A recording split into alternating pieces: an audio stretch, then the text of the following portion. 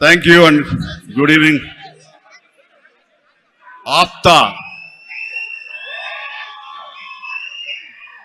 American progressive Telugu association ఆధ్వర్యంలో నడుస్తున్న ఈ క్యాటలిస్ట్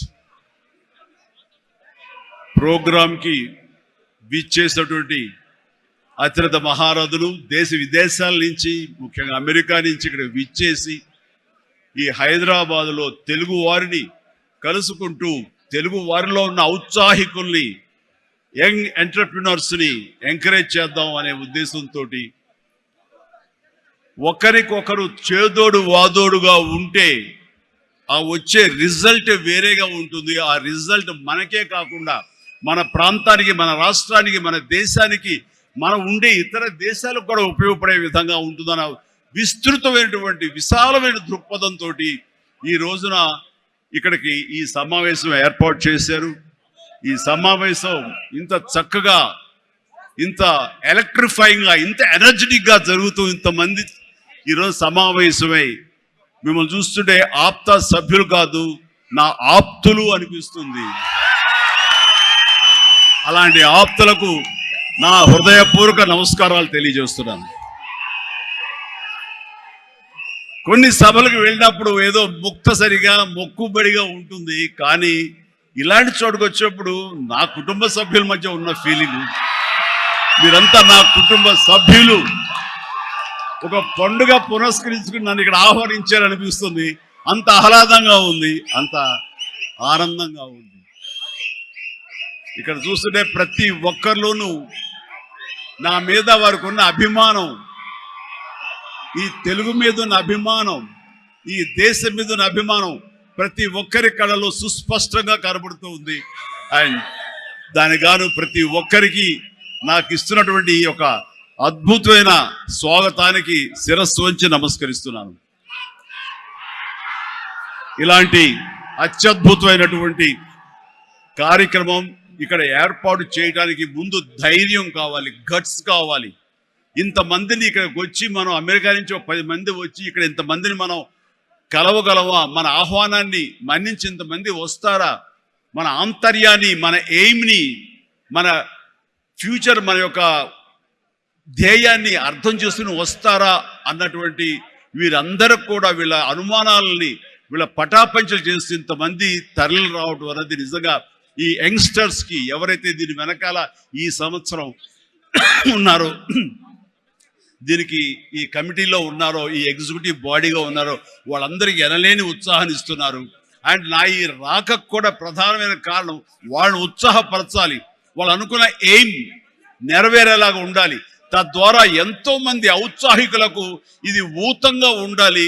భవిష్యత్తులో వాళ్ళకి ఇది మరింత ఎత్తులకు ఎదిగేందుకు గాను వాళ్ళు అనుకున్నటువంటి ఆయా సంస్థలు కానీ, ఆయా ఎంటర్ప్రినర్లు కానీ, ఆయా కంపెనీల్లో కానీ వాళ్ళందరూ అభివృద్ధిలోకి రావడానికి దోహదపడి ఒకరికొకరు భుజం కాస్తూ, ఒకరికొకరు చేదుడు వాదోడుగా ఉంటూ, నేను కాదు, నా కుటుంబ సభ్యులు కాదు, నా స్నేహితులు కాదు, నా కమ్యూనిటీ, నా మనుషులు, నా తెలుగు వారు వీళ్ళందరూ కూడాను పైకి రావాలనే సదుద్దేశంతో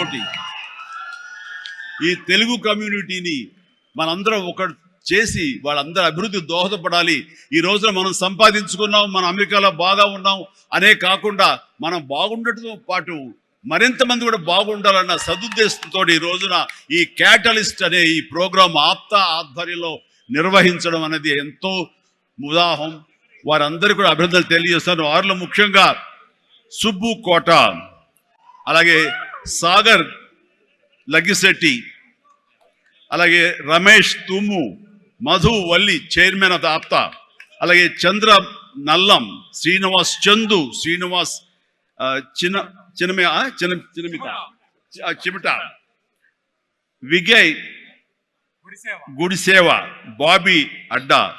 ఇలాగా ఇందులో కొద్ది పేర్లు మాత్రమే ఉన్నాయి. చెప్పాలంటే ఇక్కడ ఉన్న ప్రతి ఒక్కళ్ళ పేరున మనం చెప్పుకొని పోవాలి. వారందరికీ కూడా నా సంతోషాన్ని వ్యక్తం చేస్తున్నాను. ఇక్కడ ప్రత్యేకించి యంగ్ ఎంటర్ప్రినర్షిప్ గురించి కానీ, ఎంటర్ప్రినర్ గురించి మీరు చెప్పాలి, ఏదైనా మాట్లాడాలి అంటే ఏం మాట్లాడాలి?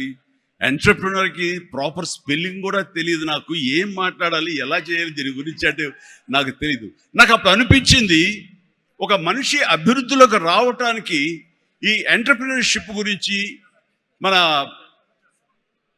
పెద్ద పెద్ద ఎడ్యుకేషనిస్టులు ఏవైతే నిర్వహిస్తాయో, ఏవైతే చెబుతాయో అవన్నీ కూడా మన కాలేజీకి వెళ్లకుండా బహుశా నేర్చుకున్నామేమో, అవి మన అంతరంతరాల్లో ఉండి మనల్ని ప్రాంప్ట్ చేసినేమో. కాబట్టే అంచెలంచెలుగా మనం ఈ స్టేజ్కి చేరుకున్నాము. అంటే నేను ఒక నోవేర్ నుంచి ఈ రోజున సమ్వేర్కి ఈ రోజున వచ్చానంటే కనుక బహుశా అవన్నీ కూడా నాలో అండర్ కరెంట్గా ఉండి నన్ను ప్రాంప్ట్ చేస్తూ, నన్ను ఎంకరేజ్ చేస్తూ, నన్ను సరైన మార్గంలో నడపబట్టి ఈరోజు ఈ స్టేజ్కి వచ్చానేమో. కాబట్టి నా గురించి, నా ఎదుగుదల గురించి, నేను ఎవాల్వ్ అయిన విధానం గురించి, నన్ను నేను మలుచుకున్న విధానం బట్టి, ఆయా ప్రతికూల పరిస్థితిలో ఎలాగ నేను దాన్ని నాకు అనుకూలంగా చేసుకుని, నాకు అనుకూల పరిస్థితి చేసుకుని ఎలా ఎదుగుతూ వచ్చాను అనేది ఈరోజు మీతో నేను చెప్పుకోగలిగితే, మీరందరూ చదువుకున్న వాళ్ళు కాబట్టి ఈ యొక్క ఎంటర్‌ప్రెన్యూర్‌షిప్లో, ఈ బిజినెస్లో, ఈ కార్పొరేట్లో ఏమేమి చెబుతారో వాటి మీరు అన్వయించుకోవచ్చు. అందులో ఈరోజు నా గురించి నేను చెప్పుకోవాల్సి వస్తే కనుక ఒక సాదా సీదాగా ఒక లో మిడిల్ క్లాస్ ఫ్యామిలీ నుంచి ప్రారంభించిన వాడిని ఈరోజు కొత్తగా నేను చెప్పాల్సిన అవసరం లేదు. కానీ ఇదివరకు గతంలో ఎవరితో షేర్ చేసుకోలేనటువంటి కొన్ని విషయాలు, అది ఈ రోజున ఫోటోగ్రాఫర్ ప్లీజ్ కూర్చోండి. ఆల్ ద 3 కానిస్టేబుల్ గారు ప్లీజ్, థ్యాంక్ యూ. వాళ్ళందరూ ఏమండి మీరు అడ్డొస్తారు, మీరు కిందకి వెళ్ళిపోండి ప్లీజ్, అటు అడ్లేకండి. Thank you. సో నేను ఎలాగ వచ్చాను, ఏమిటి నా మైండ్ సెట్ ఎలా ఉండింది, ఎప్పటికప్పుడు అది మార్చుకుంటూ ఎలాగ నేను ఎవాల్వ్ అయ్యాను అనేది ఈ రోజున మీతో నేను షేర్ చేసుకుంటే అది చాలామందికి ఆలోచింపజేస్తుంది, ఆచరించేలా చేస్తుంది. అది ఆమోదం అయితే కనుక అది వినియోగించుకునేలాగా కూడా చేస్తుందని నేను ఆశిస్తున్నాను. అండ్ నాకు చిన్నప్పుడు స్కూల్లో చేరినప్పుడు 7th 8th క్లాసుల్లో నాకు ఇంట్రెస్ట్ అనేది ఏమిటి అని అన్ని ఏదో ఒకటి సాధించాలి, ఏదో ఒకటి ఉండాలని ఉండేది. గేమ్స్ అనేది, ఆట అనేది ఎవరికి ఇష్టం ఉండదండి. చదువు అంటే కష్టం కానీ ఆట ఎవరికి ఇష్టం ఉండదు. సో చదువు వైపు తప్పనిసరిగా వెళుతున్నాం కానీ నా మనసు ఆటల వైపు అని. అప్పుడు బాల్ బ్యాడ్మింటన్ ఉండేది, ఎల్లో బాల్ ఇలా ఉండేది.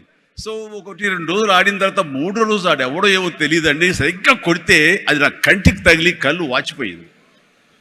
ఆ తర్వాత మళ్ళీ ఆ గేమ్ వైపు వెళ్ళలేదు. సరే వాలీబాల్ ఆడదాం కదా అంటే వాలీబాల్ అవతల షాట్ ఎగిరి కొట్టినప్పుడు నేను ఫింగర్స్తో టచ్ చేశాను. ఇలా టచ్ చేస్తుంది, ఫింగర్తో టచ్ చేస్తే మొత్తం 7 వంగిపోయినాయి. ఆ ఆట అంటే భయం వేసింది. క్రికెట్ అంటే ఆడెవడో మనకు బాల్ తీసుకొచ్చి నా బొట్టనవేలు మీద కొట్టాడు, బొట్టనవేలు వాసిపోయింది. ఏంటి మన గేమ్స్ అచ్చొచ్చేలా కనపట్లేదు, నెక్స్ట్ ఇది కాదులే అనుకున్నాగా ఎన్సీసీ అనేది, నేను ఎక్స్ట్రా క్యారిక్యులర్ యాక్టివిటీస్లో పార్టిసిపేట్ చేయాలని నాకు ఎన్సీసీ కనిపించింది. ఎన్సీసీలో ఒక క్రమశిక్షణ వస్తుంది అండ్ ఎక్సర్సైజ్ ఉంటుంది, డిసిప్లిన్గా మనం ఇది అన్వయించుకోవచ్చు, అలవర్చుకోవచ్చు అనే ఉద్దేశం దాంతో చేరిన నాకు కాలేజీ డేస్లో బీకామ్ చదువుతుండగా ఫస్ట్ ఇయర్లో ఒక క్యాడెట్ ఆఫ్ ఎన్సీసీ, నేవీ ఎన్సీసీలో నేను చేరినప్పుడు ఒక క్యాడెట్గా చేరాను. నెక్స్ట్ ఇయర్ పెటీ ఆఫీసర్ అయ్యాను. ఆ తర్వాత క్యాడెట్ కెప్టెన్ అయ్యాను. ఆ తర్వాత సీనియర్ క్యాడెట్ కెప్టెన్ 3rd ఇయర్లో అయ్యాను. అవ్వటమే కాదు, ఈ ఇంటర్నేషనల్గా నేషనల్ వైడ్గా జరిగేటటువంటి మన ఆర్డీసీ క్యాంప్ రిపబ్లిక్ డే సెలబ్రేషన్స్లో మా రాష్ట్రపతి రోడ్డు మీద నేను మన సైన్యంతో పాటు నేను కూడా కవాతు చేయడం జరిగింది. వాట్ వండర్ఫుల్ ఎక్స్పీరియన్స్ అంటే, ఓ పక్క నుంచి ప్రధానమంత్రి గారు, పక్కన ఇందిరాగాంధీ గారు అప్పట్లో అండ్ ప్రెసిడెంట్ వాళ్ళందరూ ఉన్నప్పుడు వాళ్ళు నడుస్తుంటే ఇది కదా మనం సాధించామంటే అనుకునేవాడిని. ఐఎమ్ 9 క్లౌడ్లో ఉండేవాడిని అన్నమాట, క్లౌడ్ 9లో. నేను ఆ రకంగా చేసినప్పుడు ఎన్సీసీలో సాధించేశాను అనుకునేవాడిని. ఆ తర్వాత నెక్స్ట్ ఏంటి అంటే నాకు దారి కనపడలేదు. మహా అయితే కనుక ఒక సబ్ లెఫ్టినెంట్ గానో మళ్ళీ నేవీలోనో పడవల్లోనో ప్రయాణం చేయాలి, షిప్పుల్లో. అది కాదు, something else is bothering me. ఏం చేయాలి అని అనుకుంటుండగా నాకు అనిపించింది, కాలేజీలో అనుకోకుండా ఒక డ్రామా వేశాను. ఆ డ్రామా పేరు రాజీనామాలో నాకు బెస్ట్ యాక్టర్ వచ్చేసింది. వెంటనే ఆ ఫోటోగ్రాఫ్ ప్రింట్ చేసి మా కాలేజీ మ్యాగజైన్లో వేసిస్తారు. అండ్ అక్కడి నుంచి ఎక్కడికి వెళ్తున్నా సరే అమ్మాయిల దగ్గర నుంచి తోటి వాళ్ళ దగ్గర నుంచి నన్ను హీరోలాగా చూస్తున్నారు. చూస్తుంటే అబ్బా రాత్రి ఈ డ్రామా చూసాము, ఆ చైర్మన్ పాత్రలు అదరగొట్టేసా చాలా బాగుంది అంటుంటే, అప్పటిదాకా ఎవరు నన్ను అలా చూడని వాళ్ళు ప్రతి ఒక్కరి నడుచుకుంటూ వెళ్తుంటే, సైకిల్ మీద వెళ్తుంటే నన్ను అలాగ చూస్తారు. ఆ చూపులో అందమైన అమ్మాయిలు అలా ఇంకా చూస్తుంటే ఇంకా ఖుషిగా అనిపించేది. వావ్, అది ఎంత ఎంకరేజింగ్గా ఉండేదంటే, ఎస్ నా ఫ్యూచర్ యాక్టింగ్ అయితే ఎలా ఉంటుంది అన్నది అక్కడ సీడ్ పడింది. అక్కడి నుంచి నా ఇంట్రెస్ట్ డెవలప్ అయింది. అక్కడి నుంచి సినిమాలు చూడటం, సినిమా మీద దృష్టి పెట్టడం జరిగింది. డిగ్రీ అయిపోగానే ఏం చేయాలి అని నాన్నగారితో వాళ్ళతో డిస్కషన్ వచ్చినప్పుడు, నేను మెడ్రాస్ వెళ్ళి సినిమా యాక్టర్ అవుతాను అనగానే, నాన్నగారికి సినిమాల మీద మక్కువ ఉంది. ఎక్కడ లోకల్గా సినిమా షూటింగ్ జరుగుతుండగా ఆ ప్రొడ్యూసర్ తోటి ఉన్నప్పుడు నాన్న 1-2 వేషాల్లో చిన్న చిన్న వేషాలు, మహా అయితే సెకండ్స్ ఉంటుంది, 1 మినిట్ కూడా ఉండదేమో. ఏ సెంటర్గా నాకు ఇది ఎందుకు చేయకూడదు, చెయ్యొచ్చురా, కానీ అది మన ఏరియా కాదు, మనకు ఎవరు తెలిసిన వాళ్ళు లేరు, అక్కడ దిక్కుముక్కు లేదు, నీకు ఎవరు ఆసటగా నిలబడతారు, బాసటగా నిలబడతారు, ఎవరిని చేయొత్తునిస్తారు, చాలా కష్టం, ఎక్కడో అన్నోన్ ఫీల్డ్కి వెళ్ళి నువ్వు రాణించగలవా, ఒంటరిగా వెళ్తున్నావు అని అంటే, ఏదో గట్ ఫీలింగ్, నేను రాణిస్తాను అన్న నమ్మకం, నేను వస్తాను అన్న నమ్మకం. ఎందుకంటే ఏమనుకున్నా, ఏ బ్యాంక్ ఎంప్లాయీ అనుకున్నా, నాన్నగారిలాగా పోలీస్ డిపార్ట్మెంట్ అనుకున్నా, ఇంకోటి అనుకున్నా, నేవీ ఆఫీసర్ అనుకున్నా, కిక్ ఇవ్వటం లేదు. అదే సినిమా యాక్టర్ అయితే యా అని అనిపించింది అని అప్పటి నుంచి సినిమా మీద దృష్టి పెట్టాలంటే నేను లింగులిట్టుకుంటూ వెళ్ళి 4 ఫోటోలు తీసుకుని ఆఫీస్కి వెళ్తే ఎవడో ఆదరించడు. నేను ఒక ఫిలిం ఇన్స్టిట్యూట్లో ట్రైనింగ్ అయ్యానండి, ఆమె ట్రైన్డ్ యాక్టర్ అని అంటే ఎంతో కొంత ఆదరణ ఉంటుంది. కూర్చొని చేసి టీ అని ఇస్తారేమో అనే ఉద్దేశంతో నేను ఫిలిం ఇన్స్టిట్యూట్లో జాయిన్ అయితే అక్కడ నేను అయ్యాను. ట్రైనింగ్ అయిన తర్వాత అక్కడి నుంచి ఏ ఒక్క రోజు కూడా నమ్మండి, ట్రైనింగ్ పూర్తి అవ్వకుండానే నన్ను నా టాలెంట్ని చూసి ఆయా ప్రొడ్యూసర్లు అప్పటికప్పుడు నాకు వేషాలు ఇవ్వడం మొదలుపెట్టారు. నా ఫోటోలు తీసుకుని ఏ ఆఫీస్కి వెళ్ళలేదు, ఏ ఆడిషన్స్కి వెళ్ళలేదు నేను, బట్ ఒకటే ధ్యేయం, ఎస్ అని.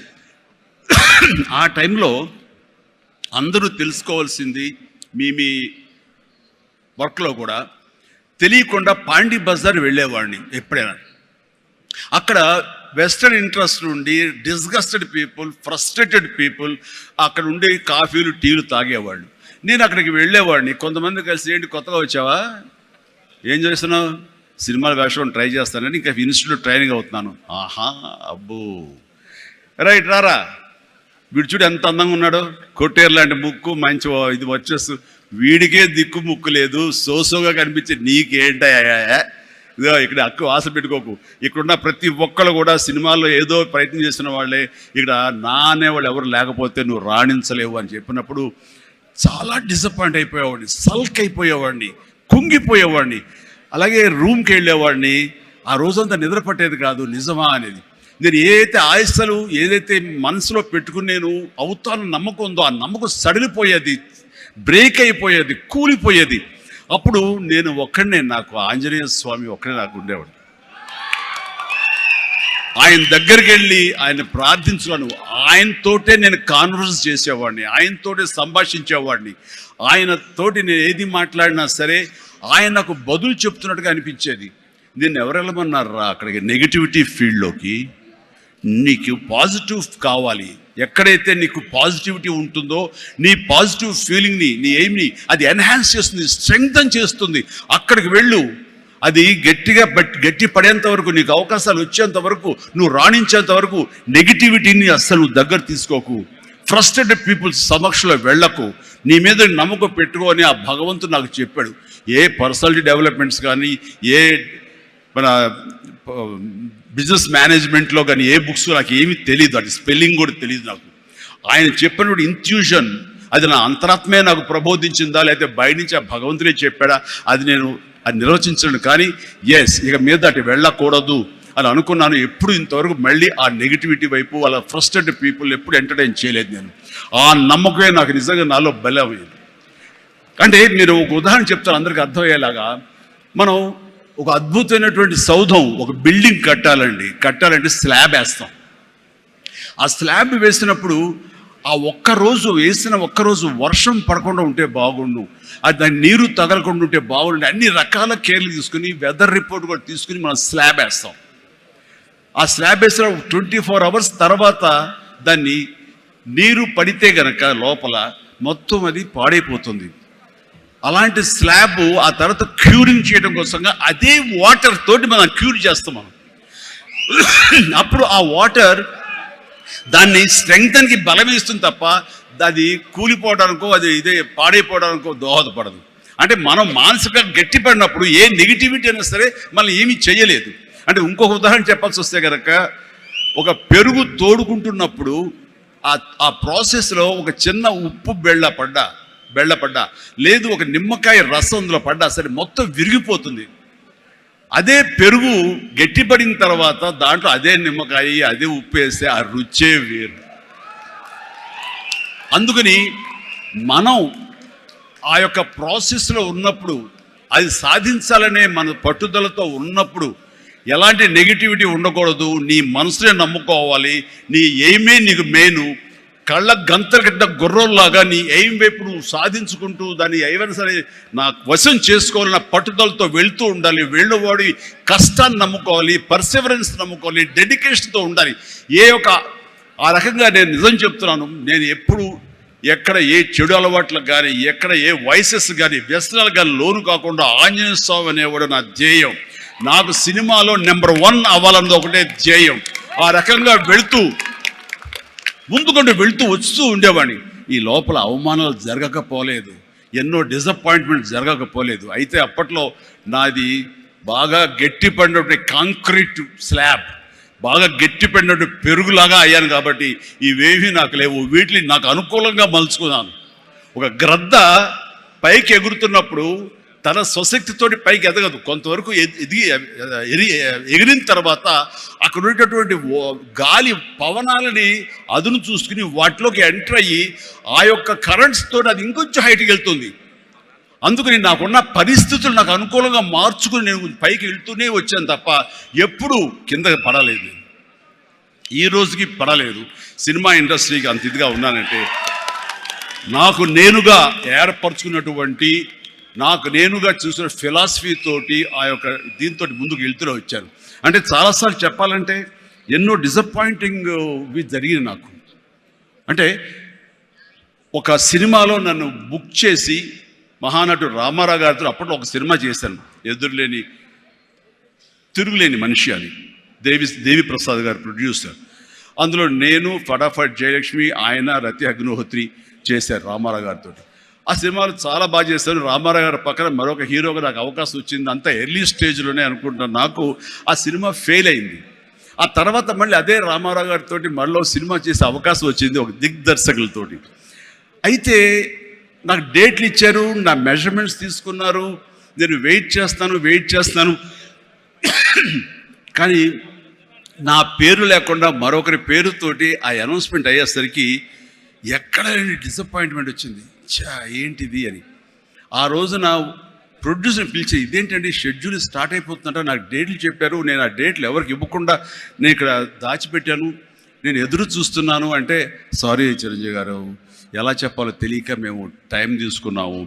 ఎందుకంటే పోయిన సినిమా మీది ఫ్లాప్ అయింది కదా కాంబినేషన్లో, అందుకని దానికి గ్లామర్ ఉండదని మీరు వద్దనుకున్నామని. ఆ విషయం చెప్పచ్చు కదండి అని అంటే, ఆ టైంలో నేను నాతో సినిమా చేస్తే సినిమా ఫెయిల్ అవుతుందని ఒక బ్యాడ్ ఇది నా మీద స్ప్రెడ్ అయ్యే అవకాశాలు ఉన్నాయి. ఈరోజు సోషల్ మీడియా, ఆ రోజు ఇంత మీడియా లేదు కాబట్టి కానీ, లేదంటే ఎంత బ్యాడ్ అయ్యేదంటే నన్ను తిరిగి ఇతనితోటి ఎవరైనా చేస్తే సినిమా ఫెయిల్ అవుతాయి, ఇది ఒక ఐరన్ లెగ్ అనే పరిస్థితి వచ్చేసరికి ఎక్కడో మళ్ళీ జంకాను. కానీ గ్రద్దలాగా నాకు అనుకూలంగా ఉన్నటువంటి అవకాశాల పవనాలని అదునుగా చూసుకుని నేను ఎదిగాను.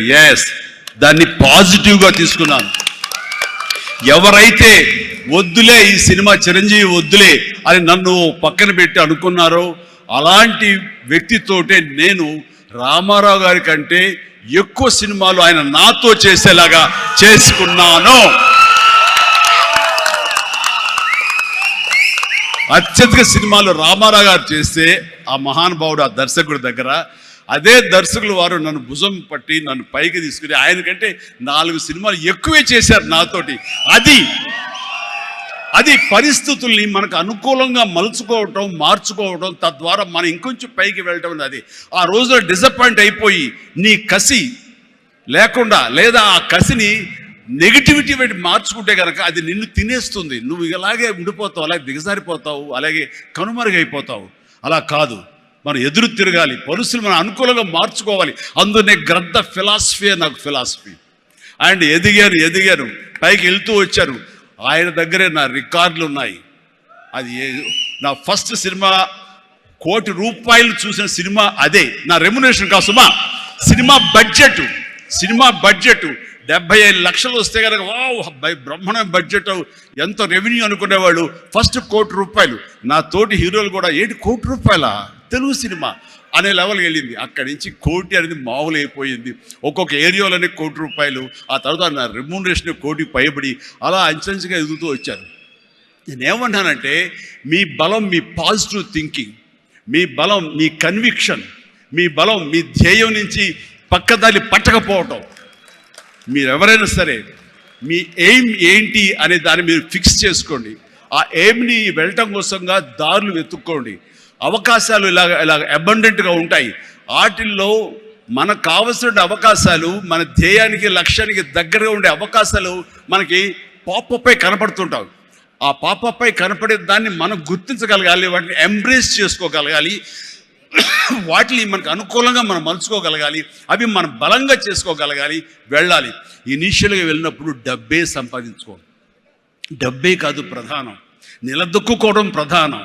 మన ఎయిమ్ వైపు మనం వెళ్ళటం అన్నది అది ప్రధానం. వెళ్ళిన తర్వాత డబ్బు ఆటోమేటిక్గా వస్తుంది.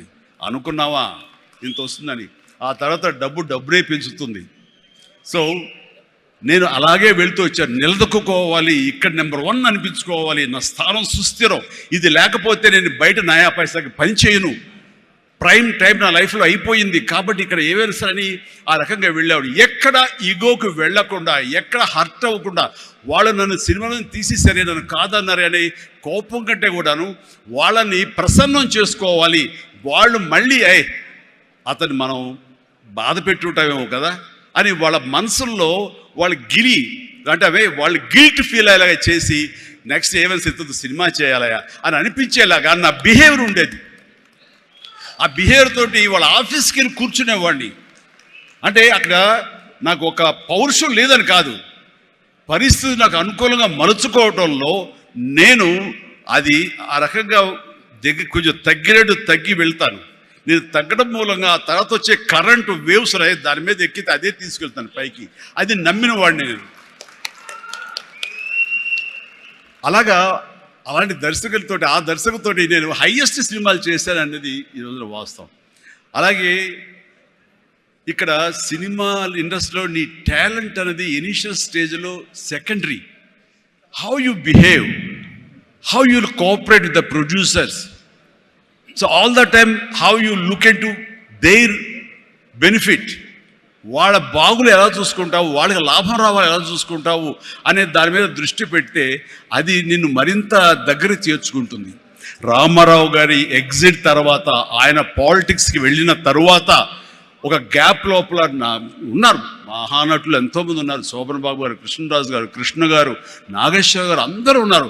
ఆ టైంలో ఒక కొత్త వాడికి ఛాన్స్ రావడం అనేది ఎంత కష్టం అనేది నేను ప్రత్యేకించి చెప్పక్కల. ఈ రోజుల్లో మాత్రం కానే కాదు. ఆ రోజుల్లో ఏంటి అంటే, నా టాలెంట్ ఉంది కదా ఎస్ అని అనుకుంటే కుదరదు బాబు. నీ బిహేవియర్ కూడా దానికి అడిషనల్గా యాడ్ అవ్వాలి. మనం కొంచెం ఏంటంట అని ఇలా అన్నామనుకోండి, అబ్బో వీడితో ఎక్కడ పడుతున్నా బాబు, వద్దురే బాబు, ఆల్టర్నేటివ్ చూడండిరా అనేలాగా వాళ్ళ మైండ్ సెట్ ఉంటుంది.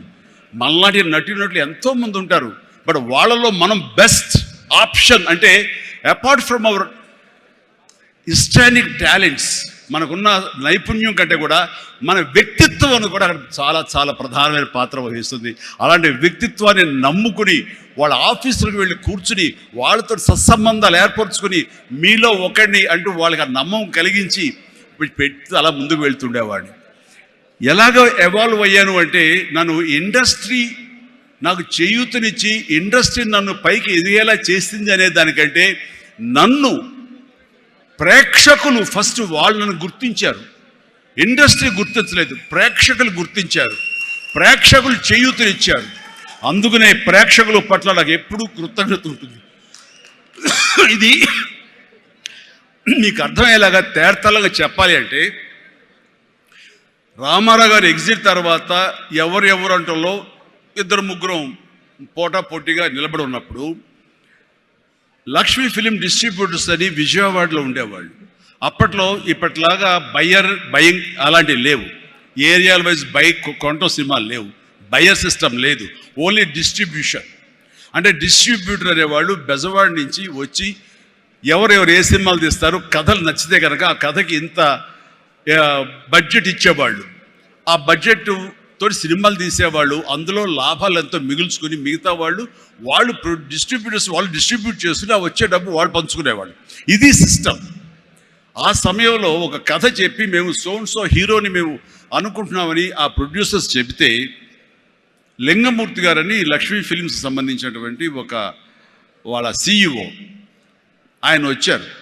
ఓకే, ఎంత ఎక్స్పెక్ట్ చేస్తున్నారు ఆ హీరో మీద? అప్పుడు 25 crores lakhs, సారీ క్రోర్స్ కాదు, ల్యాక్సే.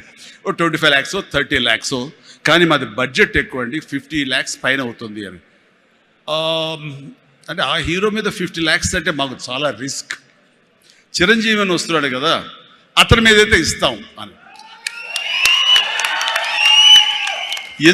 ఎందుకు ఇస్తారు, అతను ఏంటి కొత్తగా వస్తున్నాడు కదా అంటే, రావడం ఏంటి, ఖైదీ లాంటి సినిమా చేశాడు, ఆ ఖైదీలో అతని డ్యాన్సులకి ఫైట్లకి ఎక్స్ట్రాగా జనం విపరీతమైనటువంటి రెస్పాన్స్ ఉంది. మేము జనంలో ఉంటాం, బెజవాడలో ఉంటాం, మిగతా ఊళ్ళ నుంచి ఫీడ్బ్యాక్ తీసుకుంటాం, మాకు తెలుసు అతని పొటెన్షియాలిటీ అంటే.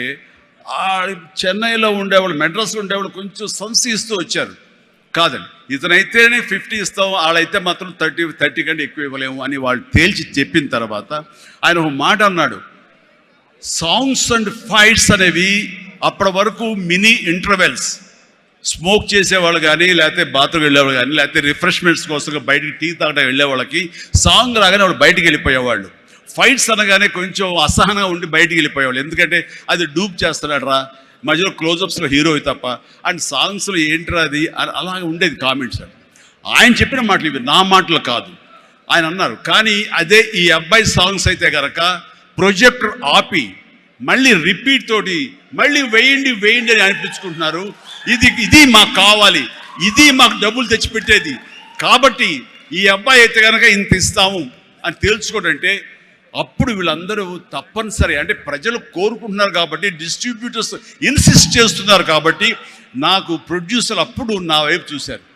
అది పోయి ఏమైందంటే, రామారావు గారి తర్వాత రామారావు గారి ప్రొడ్యూసర్లు ఎవరున్నారో అంతమంది ప్రొడ్యూసర్, దేవిప్రసాద్ గారు, చలసాని గోపి గారు, త్రివిక్రమ్ గారు, అండ్ వాట్ నాట్, ఏడు నాగేశ్వరరావు గారు, ఇలాంటి నిష్ణాతులైన ప్రొడ్యూసర్లు అందరూ ప్రతిరోజు నా షూటింగ్లు ఎక్కడ జరుగుతున్నా, ఎవరితో జరుగుతున్నా, ఏ ప్రొడక్షన్ జరుగుతున్నా సరే వచ్చి నా దగ్గర కూర్చుని వాళ్ళందరూ కలిపి ఈవినింగ్ స్నాక్స్ తింటూ ఉండేవారు. అప్పుడు అనేది ఇది కదా నా బలం, ఇది కదా నేను సాధించుకున్నాను అని. రామారావు గారి ప్రొడ్యూసర్లు తిరిగి నాతో సినిమాలు తీస్తుంటే అది ఎనలేని బలం. నెంబర్ 1 హీరో అవ్వాలని అనుకున్న నాకు ఆ క్షణం అనిపించింది, అయ్యానని ఒకసారి కాలర్ ఎగరేస్తే ఏమవుతుందో కూడా నాకు తెలుసు. అందుకనే అణిగిమణిగే ఉండాలి, ఎప్పుడు సబ్జ్యూడ్గానే ఉండాలి. నెంబర్ 1 అనేది నా మైండ్లో ఎప్పుడు పెట్టుకునేవాడిని కాను. స్వేర్ కష్టపడి పనిచేస్తే ఆటోమేటిక్గా ఆ నెంబర్ అట్లాగే ఉంటుంది తప్ప ఎక్కడికి పోదు. అదే నమ్మకంతో తప్ప నేను నెంబర్ 1 చెప్పుకుంటే అది నాతో నిలబడుతుందన్న నమ్మకం లేదు. మనం కష్టపడి అలాగే అదే విధంగా ముందుకు సాగుతూ ఉంటే కనుక ఆటోమేటిక్గా వస్తుంది. ఆ నెంబర్ 1 స్థానం అలాగే నిలబడి ఉంటుంది. అది గట్టిగా నమ్మిన వాడిని. ఇది ఎవరు చెప్పింది కాదు, నా అంతరాత్మ నాకు చెప్పింది కాబట్టి దాంతో ఫాలో అవుతూ వచ్చేవాడిని. అందుకని ఈ రోజున నేను సరదాగా ఎంటర్ప్రినర్షిప్ వెళ్ళది నేను నా సోత్కర్షం చెప్పకూడదు అనుకుంటున్నప్పుడు నేను ఏం పాయింట్ చెప్పాలని ఊరికి గూగుల్ చేసేవేళ చేస్తే the key principles to become an entrepreneur, identify your passion. NCC తర్వాత నిర్దిష్టంగా నా ప్యాషన్ ఏంటో నాకు తెలిసి వచ్చింది, acting. And take calculated risk. నాన్నన్నారు, ఈ సినిమా ఇండస్ట్రీలో ఎవరు తెలియదు, నువ్వు వెళుతున్నావు, అది రిస్క్ కదరా, మరి అక్కడ ఎవరు రాణించిపోతే ఏం చేస్తారు, నాన్న రాణించకపోతే ICWAI ఆ కోర్సు చేరతాను ఎగ్మూర్లో, అందులో సైమిల్టేనియస్గా చదువుతాను, టైం వేస్ట్ చేయను అంటూ పగలంతా ఫిలిం ఇన్స్టిట్యూట్, ఈవినింగ్ అయ్యేసరికి ఈ యొక్క ICWI ఎగ్మూర్ అని చెన్నైలో ఉండేది. ఆ ప్రాంతంలో ఆ ఇన్స్టిట్యూట్లో నైట్ కాలేజీ చదివేవాడిని.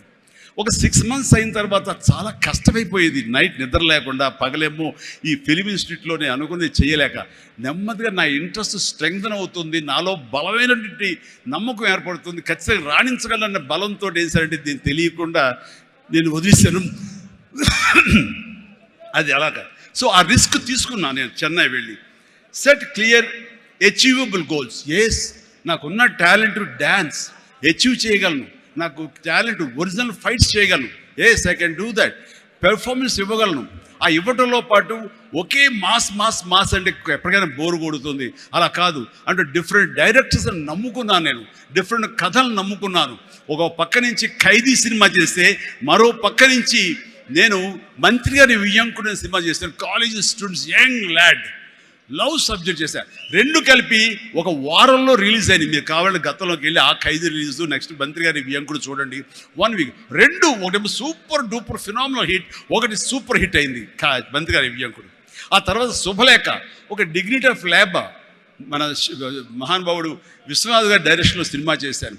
ఆ తర్వాత ఇదే కాదు, చిన్నపిల్లల్ని అలరించేలాగా, ఇందులో చాలామంది చిన్నప్పుడు చూస్తుంటారు చంటి అబ్బాయి. ఆ సినిమా ఆ చేసిన ఆ ఫార్స్ కానివ్వండి, స్లాప్స్టిక్ కామెడీ కానివ్వండి, ఇప్పటికీ చాలామంది చెప్తుంటారు. వాళ్ళందరూ IAS ఆఫీసులో వాళ్ళు పెద్దవాళ్ళు అయ్యారు, వాళ్ళందరూ అయినా సరే చెప్తుంటారు. అదొకటి. ఇట్లాగా వైవిధ్యమైనటువంటి క్యారెక్టర్స్, స్వయం కృషి కానివ్వండి, యాక్షన్ సినిమాలు కానివ్వండి, రాఘవేంద్రరావు గారి గ్లామర్ క్యారెక్టర్స్ కానివ్వండి, కోదండరావు రెడ్డితో చేసిన కామెడీ కమర్షియల్ సినిమాలు కానివ్వండి, గోపాల్తో చేసినటువంటి ఫ్యాక్షన్ సినిమాలు కానివ్వండి, అట్లాగా ఒకటా రెండా అలాగా మన ఇది మా బావగారు భావన అలాంటి సబ్జెక్టులు కానీ, ఒకటే ఇలా ఇంద్ర ఇలాంటి సబ్జెక్టులు అందరూ చూస్తుంటే కనుక నాకు అనిపించింది, అన్ని రకాలుగా నాకు ఉన్నటువంటి టాలెంట్స్ని అన్ని పక్కలే వ్యాపింప చేశాను. అంటే అంతమంది ప్రేక్షకుల్ని ఈ రోజున మహిళా ప్రేక్షకులు వచ్చి ఆప్తుల్లాగా వచ్చి నన్ను ప్రేమించిన లేడీసే కాదు, యంగ్స్టర్సే కాదు, పసిపిల్లలే కాదు, పెద్దవాళ్ళే కాదు, ధనికులే కాదు, ప్రతి ఒక్కళ్ళు క్లాస్ మాస్ వాళ్ళు వీళ్ళు అందరూ ఇంతమంది ప్రేమించారు. కాబట్టి ఈ రోజున ఇంతమంది నేను ఆస్తిగా చేసుకున్నాను, ఇంతమంది ప్రేమ పొందే అదృష్టం భగవంతుడు కల్పించగలిగాడు. ఎందుకంటే నేను లిమిటేషన్స్ పెట్టుకోలేదు. ఆ రకంగా అది నాకు ఎంతో హెల్ప్ అయింది. అలాగా delivery, high quality work, constantly market understanding. Yes, ఈ రోజున ఒకటే రకమైన డ్యాన్స్లు వేస్తుంటే కనుక బోర్ కొట్టచ్చు. సో ఏం చేద్దాం, డ్యాన్స్లో కానీ ఫైట్స్లో కానీ వైవిధ్యం ఎలా తీసుకొద్దాం అనుకున్నప్పుడు, ఫారిన్ వెళ్ళినప్పుడు నా భార్యతో పిల్లలతో ఎంజాయ్ చేయడం కాకుండా అక్కడ దొరికేటువంటి వైవిధ్యమైన డ్యాన్స్ క్యాసెట్స్ తీసుకొచ్చేవాడు, VHS క్యాసెట్స్. అందులో మైకేల్ జాక్సన్ ఉండేవి. అప్పుడు ఇక్కడ ఇండియాలో VHS క్యాసెట్లు కానీ VHS ప్లేయర్స్ కానీ ఉండేవి కదా, వీడియో ప్లేయర్స్. అవి తీసుకొచ్చి ఒక ప్లేయర్ కొనుక్కొచ్చి అవి చేసుకునేవాడిని, అవి డ్యాన్స్ మాస్లో చూపించేవాడిని. అదే ఈరోజున డిస్కో డ్యాన్సులు కానివ్వండి, బ్రేక్ డ్యాన్సులు కానివ్వండి, వేవ్ డ్యాన్సులు కానివ్వండి, ఇలాంటి డ్యాన్సులు రావడానికి నేను వైవిధ్యంగా ఉండాలని ఎప్పటికీ పరితపిస్తూ ఉండేవాడిని. వాళ్ళ మొనాటినీగా ఫీల్ అయ్యేలా చేసేవాడిని కాదు. అది ఫైట్స్లో కూడా అదే విధంగా ఉండేది. And then critically important is understanding your target audience and customers. So మారుతున్నటువంటి కాలానికి అనుకూలంగా ఆడియన్స్ టేస్ట్ మారుతుంటే మనం కూడా మన సినిమా కథాంశాలు మార్చుకోవాలంటూ ఆయా కథకులతో కూర్చుని ఇంటరాక్ట్ అవుతూ వాళ్ళని మార్చుకుంటూ అప్లోడ్ మార్చుకుంటూ జగదగ వీడు, అతిలోక సుందరి, అన్నయ్య అనే సినిమా, సెంటిమెంట్ సినిమా, హిట్లర్ అనే సినిమా, మాస్టర్ అనే సినిమా, రెస్పాన్సిబిలిటీ సినిమాలు, మెసేజ్ ఓరియంటెడ్ సినిమాలు ఇస్తూ ఆ రకంగా మోసపోసిన సినిమాల నుంచి నేను బయటికి రావడం జరిగింది. And know that your product won't appeal to everyone and conduct market research and continuously learning. ఇప్పుడు సినిమా, చిరంజీవి సినిమా అంటే అందరూ లైక్ చేసే అందరిని అనుకోకూడదు. కొంతమంది డిస్లైక్ చేసేవాళ్ళు ఉంటారు. కానీ డిస్లైక్ చేసేవాళ్ళని కూడా మనం ఇంప్రెస్ చేయాలి అంటే కనుక మనం ఏ విధంగా మనం యాక్టింగ్లో మార్పులు చేర్పులు చేసుకోవాలి అనుకుంటాడు. ఇక్కడ ఉన్నటువంటి కొంతమంది ఇండస్ట్రీలో, సార్ మీ సినిమాల్ని దొంగతనంగా చూసేవాళ్ళం సార్. ఇదేం కర్మయ్యా, దొంగతనం ధైర్యంగా చూడొచ్చు కదా అంటే, లేదు సార్ అలా చూస్తే మా వాడు కొంతమంది ఎందుకురా సినిమాలు అంటే అవేనా అని అనేవాళ్ళు సార్. అదేంటయ్యా సినిమాలకు కూడా ఆ తేడా చూపిస్తారా? అవును సార్, అందుకని మీ సినిమాలు మీ డ్యాన్స్ అంటే మాకు ఇష్టం సార్. అందుకని సెకండ్ షోలకి ఎవరికి తెలియకుండా కామ్గా విడిపోయి చూసి వచ్చేవాళ్ళం సార్. ఏమిటి అసలు అవి చూసి కాలేజీలో ఆ పెర్ఫార్మెన్స్ ఇచ్చేసేవాళ్ళం సార్, మాకు ప్రైజులు వచ్చేసేవి. ఆ రకంగా అందరినీ కూడా ప్రతి ఒక్కరిని కూడా నేను నా వైపు ఆకట్టులాగా చేయగలిగాను. అలాగే learn from mentors and successful entrepreneurs.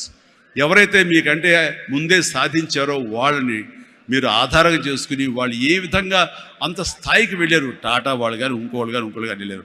అంటే నా విషయంలో రామారావు గారు, నాగేశ్వరరావు గారు ఆ స్థాయికి వెళ్ళారంటే క్రమశిక్షణ, టాలెంట్ అనేది ప్రూవ్డ్. కానీ ఇక్కడ క్రమశిక్షణ అనేది చాలా ఇంపార్టెంట్. అందరితో సత్సంబంధాలు పెట్టుకోవడం ఇంపార్టెంట్. నిన్ను క్రిటిసైజ్ చేసే వాళ్ళు ఉంటారు, ఆవేశపడకు, వాళ్ళ తప్పు వాళ్ళు తెలుసుకుంటారు, నువ్వు సంయమనం పాటించాలి. అండ్ అట్లాగా నేను నా సీనియర్స్ నుంచి నేర్చుకుంటూ వచ్చాను. Learn more mentor and successful entrepreneurs of course. అలాగే నెట్వర్క్ అనేది చాలా ఇదిగా ఉండాలి మీకు, అంటే డిస్ట్రిబ్యూషన్ సైడ్ కానీ ఇంకోటి కానీ మీ ప్రోడక్ట్ మార్కెటింగ్ చేసుకోవట్లేదు. అలాగా నా విషయంలో నాకు అండగా నిలబడింది, నన్ను ప్రజల్లోకి నిరంతరం తీసుకెళ్ళేది ఎవరంటే నా అభిమానులు. మీ ఎంటర్ప్రినర్స్కి ఎలాగైతే కనుక నెట్వర్క్ ఉంటుందో, అబ్జర్వ్ చేసుకుంటారో, డిస్ట్రిబ్యూషన్ ఉంటుందో, మార్కెటింగ్ స్ట్రాటజీస్ ఉంటాయో, అలాగా నా అభిమానులు ఎప్పటికప్పుడు నాకు అండదండలు అందిస్తూ కొండంత అండగా నిలబడ్డారు. వాళ్ళు నా కోసం ప్రాణం ఇచ్చే లెవెల్కి వాళ్ళు ఉన్నారు. నేను అన్నాను, మీరు నాకు ప్రాణం ఇవ్వక్కర్లేదు, మీ యొక్క సహాయ సహకారాలతో రక్తం ఇచ్చి ప్రాణాలు నిలబెట్టండి అన్నాను. ఆ మాట పుణిగి పుచ్చుకుని 25 సంవత్సరాలుగా ఈ రోజు కూడా వాళ్ళు రక్తదానం చేస్తూనే ఉన్నారు. వాళ్ళందరికీ నిజంగా జీవితాంతం నేను రుణపడి ఉంటాను. అందులో భాగంగా ఎక్కడో ఉన్నట్టు నా మాట, ఇక్కడ మాట్లాడిన నా మాట అమెరికా దాకా వినపడింది. కాబట్టి ఆప్త ఎన్నోసార్లు నా పేరు మీద బ్లడ్ బ్యాంకులు నిర్వహించారు, రక్తదాన శిబిరాలు నిర్వహించారు. ఈ రవి కానివ్వండి, మధు కానివ్వండి, ఇలాంటి వాళ్ళందరూ కూడాను ఇవి చేశారు. ఈ రోజున unfortunately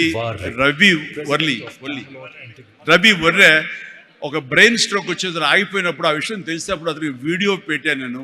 video, Ravi don't worry, ఇవన్నీ స్మాల్ థింగ్సే, బట్ అన్ఫార్చునేట్, సో త్వరలో కోలుకుంటావని అతను నేను మెసేజ్ పెట్టినప్పుడు అతను పొందిన ఆనందం అంతా ఇంత కాదు, అది ఎంతో ఉత్సాహాన్ని ఇచ్చింది. ఈ రోజున కోలుకుంటున్నాడు. ఈ రోజున ఈ సభ రవి రావాలి, అన్ఫార్చునేట్ రాలేకపోయాడు. కానీ నెక్స్ట్ ఇదే సభ ఇక్కడ జరిగితే కనుక రవి వస్తాడు, నేను వస్తాను, మీతో ఉంటాను. మీ అందరి ఆశీస్సులతోటి రవి లాంటి ఎంతూజియాస్టిక్ గాయ్ కోలుకుంటున్నాడు. వాళ్ళు మధుతోటి, సాగర్ గారితో, మన ఇతర ఫ్రెండ్స్ తోటి, సుబ్బు చంద్రశేఖర్ గారితో, వీళ్ళందరితో కూడాను మళ్ళీ కలిసి ఈ యొక్క సభల్ని ఇంతకంటే మరింత అద్భుతంగా చేయాలి. అండ్ ఆ రకంగా నేను మీ ఎంటర్ప్రినర్షిప్, యంగ్స్టర్స్ ఎలాగ రావాలి ఏమిటి అనేది నా గురించి నేను చెప్పుకోవడంలో తెలియకుండానే మీకు అందరికీ చెప్పాను. అది మీకు అందరికీ అర్థమై ఉంటుందేమో అనిపిస్తుంది. కాబట్టి ఇది నాకు గొప్ప అవకాశం. ఈ తీరుగా, ఈ రీతిగా, ఇదే విధంగా మనం వెళ్ళగలిగితే కనుక ఎవ్వరికి అడ్డుండదు. ఇక్కడ ఒక్కొక్కరు ఒక్కొక్క గ్రేట్ ఎంటర్ప్రినర్స్ అవుతారు. ప్రతి ఒక్కళ్ళు మీ సలహాలు, సంప్రదింపులు, మీ సీనియర్స్ తోటి మీరు ఆయా సమయంలో ఇంటరాక్ట్ అవుతూ what to do, what not to do, how to go about it అనేది మీరు తెలుసుకుంటూ ఎప్పటికప్పుడు మీరు అప్డేట్ చేసుకుంటూ, రిస్క్ ఉంటుంది, బట్ మన జీవితాలు కొలాప్స్ అయ్యేలాగా మాత్రం రిస్క్ వద్దు. కానీ మీడియం రిస్క్ తీసుకుంటూ మీరు ముందుకు వెళ్ళకపోతే అభివృద్ధి ఉండదు. ఛాలెంజ్ సినిమా ఎంతమందికి ఇన్స్పిరేషన్ వచ్చింది అంటే, ఆ రోజుల్లో ఏమి చేయాలరా అని తొయ్యనంటే వాళ్ళకి ఆ సినిమా ఒక దిక్సూచిలా ఉండి, ఈవెన్ మనం కూడా అచీవ్ చేయగలం అనే నమ్మకం వచ్చింది. అలాగా సినిమాల ద్వారా ఇతోధికంగా నేను చాలామందికి మార్గదర్శకంగా నిలబడ్డాను, ఇన్స్పిరేషన్గా నిలబడ్డాను.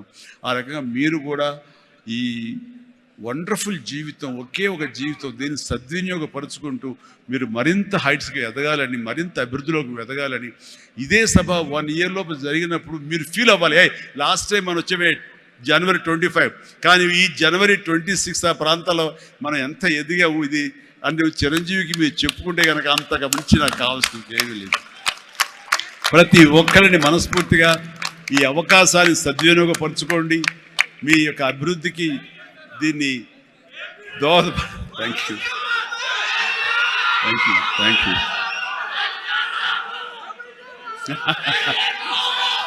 ఎస్, ఇందాక నుంచి చాలా చెప్తూ నా అచీవ్మెంట్స్ గురించి చెప్పాను. Pawan Kalyan is my achievement, Ram Charan is my achievement, నా ఫ్యామిలీలో ఉన్న అందరు బిడ్డలు అందరూ కూడా నా అచీవ్మెంట్. వీళ్ళందరూ చూస్తుంటే ఇది కదా నేను సాధించానని. మొన్న పవన్ కళ్యాణ్ ఇంటికి వచ్చినప్పుడు ఒక మాట అన్నాడు, అన్నయ్య నీకు ఒక మాట అనేవాడికి గుర్తుందా అని. ఏమన్నానరా, మన ఇంట్లో ఇంతమంది మీరందరూ ఉన్నందుకు, నాకు ఈ అవకాశం భగవంతుడు ఇచ్చినందుకు ఇది నాతో ఆగిపోకూడదు. ఒక రాజ్ కపూర్ ఫ్యామిలీలో ఎంతమంది ఎలా ఉన్నారో ఆ రకంగా మరొక రాజ్ కపూర్ ఫ్యామిలీ మన మెగా ఫ్యామిలీ అవ్వాలి అని నువ్వు చెప్పావు. ఈ రోజున చూస్తుంటే తలుచుకుంటే నీ మాట ప్రభావం, నీ మాట మంత్రంగా ఈరోజు పనిచేసి మన ఫ్యామిలీలో ఇంతమంది 90 ఉన్నావు, 10 మంది దాకా ఉన్నావు అంటే కనుక నీ మాట పవర్. ఎందుకంటే నువ్వు చాలా నిష్కల్మషంగా అంటావు, అనేదో కన్విక్షన్తో అంటావు, అందులో ఎలాంటి పొల్యూషన్ ఉండదు కాబట్టి దానికి బలం ఎక్కువ అన్నయ్య. మంచి మనసుతో అంటావు, పాజిటివ్తో అంటావు అని కళ్యాణ్ బాబు అంటే అవును కదా అనుకున్నా. తెలియకుండా అదే ఒక పత్రిక కపూర్ ఫ్యామిలీ ఆఫ్ సౌత్ అంటూ మా గురించి ప్రస్తావించినప్పుడు, భగవంతుడా, ఇది మా గొప్పతనం కాదు, నువ్వు ఈ ప్రజలు, నా అభిమానులు, ఈ ప్రేక్షకులు మమ్మల్ని ఆదరించారు కాబట్టి మేము ఈ స్థాయిలో ఉన్నాము. అనుకున్నది ఆ రకంగా సాధించగలిగాము అనిపిస్తుంది. అండ్ గతంలో ఎప్పుడు నేను ఏ సభలోనూ ఇంత మనసిప్పి మాట్లాడుకోలేదు. అది మీతోటి నేను మనసిప్పి మాట్లాడుకునేంత ఆప్తుల మధ్య ఈ ఆప్తా సంస్థ సంబంధించి నా గుండెని టచ్ చేశారు.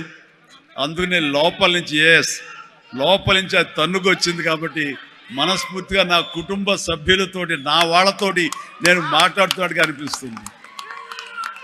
అండ్ మీరు ఎప్పుడు ఈ ఆప్తా సంస్థ ఇప్పుడు ప్రెసిడెంట్గా ఉండొచ్చు, రేపొద్దున ఇంకోటి ఉండొచ్చు, ఎవరైనా సరే ఇదే డెడికేషన్ తోటి, ఇదే కన్విక్షన్ తోటి, ఇదే నమ్మకంతో మీరు అంతా ముందు చేయాలి. అండ్ ఇక్కడ ఈ రోజున ఈ అద్భుతమైనటువంటి ఎన్విరాన్మెంట్లో ఈ యొక్క వెన్యూలో మనం చేయగలుగుతామంటే వెనకాల మన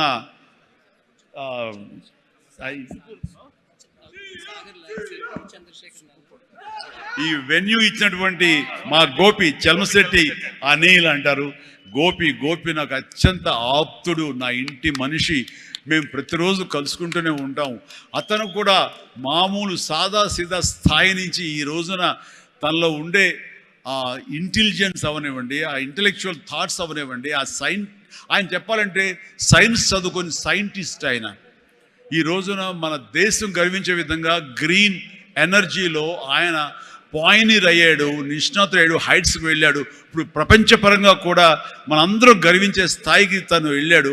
ఈ రోజున ఈ హైటెక్ సిటీ తనదే. మన అందరి కోసంగా ఈ వెన్యూ ఏర్పాటు చేసినటువంటి నా మిత్రుడు, నా తమ్ముడు, నేను అనే గోపి, మీరు అనేటువంటి చల్మశెట్టి అనిల్ని మనస్ఫూర్తిగా అభినందిస్తున్నాను. అనిల్, నీ ముఖం ఎవరు చూస్తుంటారు, ఉంటే ఇటు వస్తావా నా పక్కకి? గోపి ఎక్కడ వెళ్ళిపోయాడు దొంగ? జస్ట్ వస్తున్నాడు సార్, వస్తున్నారా? Yeah please Gopi come yeah. ఒక బొకే ఉందండి, ఒక బొకే ఉందా?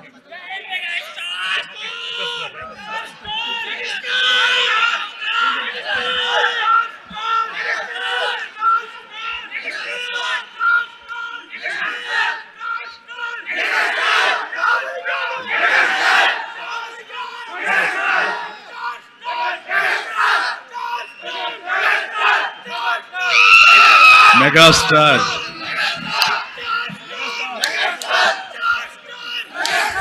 Thank you.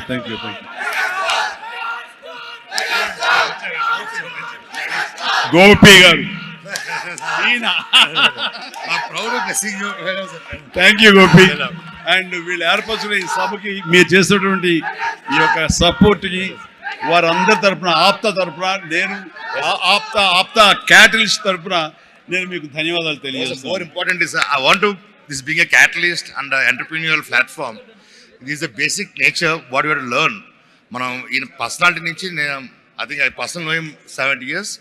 Before that, I always learned so many things understanding Chiranjeevi garu. How hard work, determination, commitment to the society, family, the fundamentals of any entrepreneur to create a social impact. The fundamentals what you have learned and I learned from him. And today I would say most of the credit goes to him. I always say you are my guru. Yes, sir. You are my brother. Yes, sir.